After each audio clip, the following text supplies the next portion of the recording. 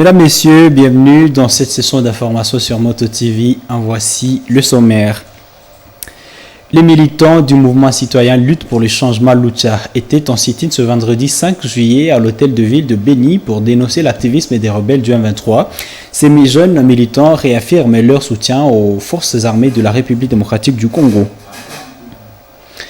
32 autres militaires congolais ont été devant la barre ce vendredi 5 juillet. Le tribunal les accuse d'avoir fui devant l'ennemi dans différentes lignes de front au sud du territoire de Lubero et pour la dissipation des munitions de guerre, pillage et violation des consignes. Mesdames, Messieurs, voilà tout pour les titres.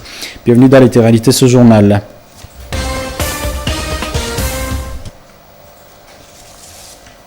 Et les détails de cette édition, à Beni, dans l'est du pays, les jeunes réaffirment leur soutien aux forces armées de la République démocratique du Congo. Les militants de cette structure citoyenne ont fait un sit-in à l'hôtel de ville de Beni pour dénoncer l'activisme des rebelles du M23, tel que nous rapporte ici Delphin Mopanda depuis Béniville. Pourtant interdite par les autorités de la ville, la manifestation de la Lucha a bel et bien eu lieu pour dénoncer l'activisme des rebelles du M23 et des ADF, porteurs des banderoles et calicots avec mention des messages de soutien au FARDC. Ces militants se sont rassemblés à la mairie de Beni. C'était une façon pour eux de témoigner leur indignation à l'avancée des rebelles du M23. Hommes et femmes, ces jeunes réaffirment leur soutien au FARDC, engagés sur la ligne de front contre la rébellion du M23. Ils dénoncent également le silence de la communauté internationale qui devrait sanctionner le Rwanda pour soutien au M23 et violation de l'intégrité du territoire congolais. Ils ne peuvent pas prétendre venir sécuriser le peuple en le tuant, a martelé les manifestants. Un message à ceux-là qui agressent la République. On ne peut pas chercher la paix avec les armes. Non, c'est ce que nous voulons, disons qu'ils ne sont pas les bienvenus chez nous. On ne veut pas des M23. Si en tout cas ils ont des réclamations à faire, il y a la voie légitime pour réclamer. On ne peut pas nous dire qu'ils sont là pour la paix alors qu'ils sont en train de nous tuer. Voilà pourquoi c'est un message pour eux et aussi appeler le gouvernement de prendre les responsabilités. Les forces armées de la RDC ont intensifié des affrontements contre les rebelles du M23, soutenus par l'armée rwandaise. Ces derniers occupent plusieurs villages et localités en territoire de Lubero. 32 autres militaires congolais ont été devant la barre ce vendredi 5 juillet. Le tribunal les accuse d'avoir fui devant l'ennemi dans différentes lignes de front au sud de Lubero et pour dissipation des munitions de guerre, pillage et violation des consignes.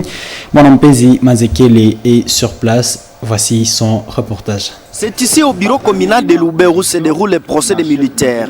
La justice leur reproche d'avoir fui le combat qui se déroule depuis le week-end dernier dans le village de Kassé et Matembe, sur la route Butembo-Kanyabayonga. Ils étaient également poursuivis pour dissipation de munitions de guerre, pillage et violation des consignes. Sur une trentaine de militaires, 2 viennent d'être condamnés par la peine de mort, alors que d'autres attendent leur sort ce samedi 6 juillet. L'armée dans la zone n'arrive pas à avancer devant le M23, suite notamment aux différentes fuites de ces éléments au front. C'est du satisfait, capitaine Melissa, et indique que cette décision va décourager d'autres militaires fuyards. Pour rappel, c'est depuis vendredi 28 juin que l'armée congolaise fait face à une progression des rebelles du M23 qui ont fait leur entrée dans le territoire de Lubero. Ces assaillants occupaient de grandes agglomérations du site de Lubero, notamment les communes de Kanyabayonga, Kirumba et Kaina, poussant les militaires à décrocher sa combat pour aussi éviter des confrontations directes avec les rebelles dans des cités peuplées. Revenons à Butembo pour parler religion. 47 nouveaux charismatiques catholiques du groupe Jésus, notre roi de la paroisse Notre-Dame de Guadeloupe de Musimba, ont reçu l'effusion de ce vendredi 5 juillet. Les cérémonies relatives ont vécu pendant la célébration eucharistique dite à l'église paroissiale de Musimba par le curé de la dite paroisse. À l'occasion, les nouveaux effusés ont été appelés à confesser en vérité leur foi. Gérard Mourifou pour d'amples détails. Vers 10 heures, les renouveaux charismatiques catholiques et plusieurs autres chrétiens catholiques étaient présents à l'Eucharistie dans cette église de la paroisse Musimba. Le début de cette messe a été caractérisé par la procession des renouveaux charismatiques catholiques du groupe Jésus-Christ est roi, parmi eux 47 qui ont reçu la force de l'Esprit Saint.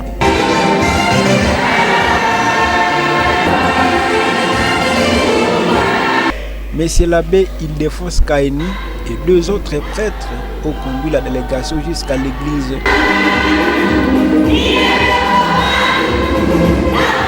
Ici, Monsieur l'abbé Ildefonse Kaini, sur les bras du jour, a expliqué longuement le sens de l'effusion.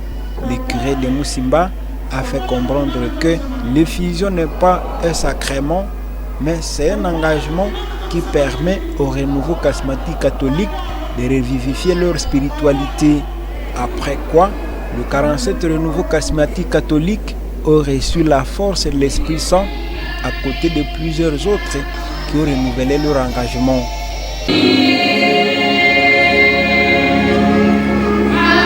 Un prêtre diocésain était parmi les effusés. Monsieur l'abbé Jules Kaniki, curé de la paroisse Saint-Luc évangéliste de Kassinga, a exprimé sa satisfaction. Ce nouvel effusé a montré que la force de l'Esprit Saint reçue ces jours va revivifier à lui le courage d'accompagner ses fidèles.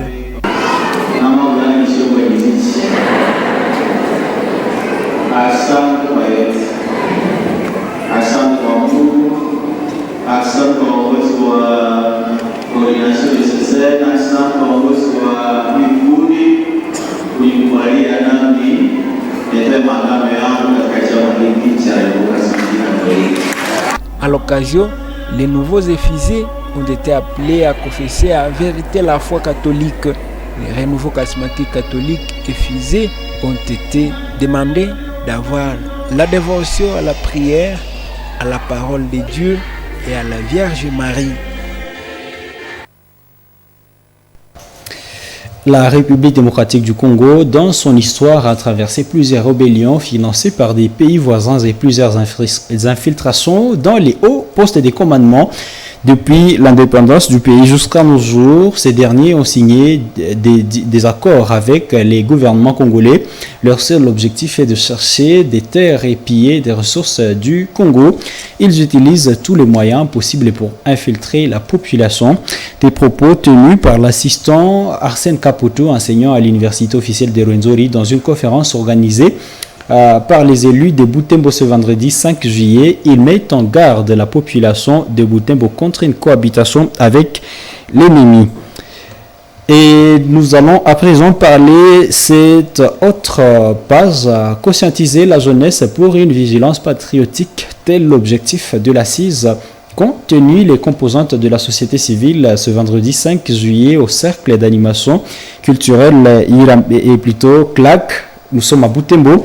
Au sortir de cette assise, Mate Sanane, président de la société civile, indique que la première action de leur lutte est prévue pour ce dimanche 7 juillet au rond-point Baneux, puis à Kiamboho, où la population sera sensibilisée sur une vigilance responsable afin de limiter des dérapages lors d'éventuelles manifestations. Eugénie Moussevirois et Luciana Moussevirois ont recueilli ces propos.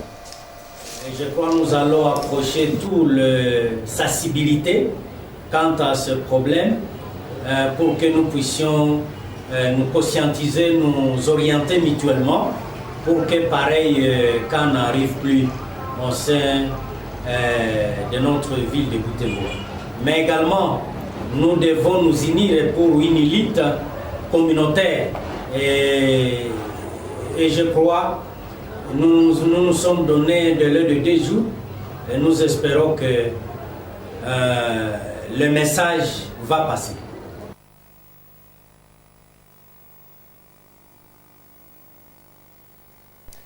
Récurrence d'attaques contre les convois des humanitaires, la société civile, la force vive de Butembo sensibilise de nouveau les jeunes de Butembo sur la culture de la bonne citoyenneté, tout en appelant à l'éveil patriotique. Le président de l'associative Butembo appelle les jeunes au respect des biens des individus et des humanitaires, comme ici Nelly Mungesali et Luciana Moussevirois nous ont retenu dans ces propos. Nous venons de prendre une mesure de continuer à conscientiser, à sensibiliser la jeunesse par rapport au dérapage qui se manifeste au cours de différentes sorties ou manifestations de la jeunesse dans la ville de Butembo. Et nous venons de prendre un compromis que nous ferons une conscientisation, une sensibilisation au niveau de Rokwe, Bané, donc à Kibunano, dimanche à partir de 9h30. C'est là où nous serons avec la jeunesse de ce milieu-là, mais aussi avec le représentant de tout le mouvement qui se trouve dans cette ville de Butembo, dans le sens de donner l'impulsion à la patriotisme responsable. Eh bien, parlons autre chose à présent dans cette édition. Le forage qui se fait par des habitants sans aucune orientation peut constituer un danger pour la population de Butembo. Kitsa Alexandre, chef de service urbain de l'énergie, ressources et hydrauliques, l'a dit devant la presse jeudi 4 juillet dans son office. Il précise que l'eau doit être soumise à des analyses pour ne pas causer des maladies. Aussi, le forage peut provoquer des effondrements du sol. Il appelle ainsi la population et quiconque veut le pratiquer à se faire orienter par les services habilités pour éviter le pire. Suivez les propos d'Alexandre Kitsa dans cet élément recueilli par Delphin Voya et Léandrine Maloulé. Les nappes de notre ville de Butembo, les nappes souterraines ont la chance d'être alimentées. Chekalangereka magitini nuswire musisha chitaka muna muyo Butembo ahushi hoshi aliwe eribya abandu bakarunda ya usirutolere bakakolao chitia ngeribya okobero beno ebabiribya bakatula echitaka muikumeremu forage sana bebangabana magetse chikakanganisa yangoko omulo bandu mabikola batya banji kandi chitia ihangana shabya engongo ikatwika ikumeremu bulema echitaka echasobe mwisi na kino esichindu echo bandu bangabya ne eribya ebakanza konene abandu banganarundi amagetse nero ibakarunda yawo bati ibangahawo bati nabandu kutse ibangarundi yawo omuchitaka cyahe niwambu nekindi echereho abandu babiriyo bakarundia amagetsi baletawo aliwe isiali chikakanganisa ngo amagetsi ano anasongo kwere rekatolera omundu eribya ebere ayende amagetsi enabina nashingoko amagetsi ano abangamu ticheri ya rondao babano abe biron matonga botuti aba mazengera nebindio kwaho abandu batutakola batya ihane amakoni wakisha hamba abandu batamenya wakaserahe. Et ça c'est quand même dangereux parce que plus tard on peut assister à des maladies sans savoir l'origine.